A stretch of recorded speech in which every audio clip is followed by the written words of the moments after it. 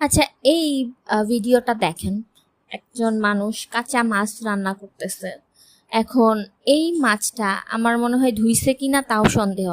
আঁশ কাটে নাই, মাছের পাখনাগুলোও কাটে নাই, মাছের ভিতরে যে নাড়িভুড়ি বা যে টাইপের ময়লা থাকে, ফুলকা থাকে, আমরা বাঙালিরা যেগুলো ফেলে দিই, এগুলো কিছু ক্লিন করে নাই। উনি সম্ভবত মাছটা ধরে নিয়ে আসছে আর শুধু মানে ছেড়ে দিছে পাতিলের মধ্যে।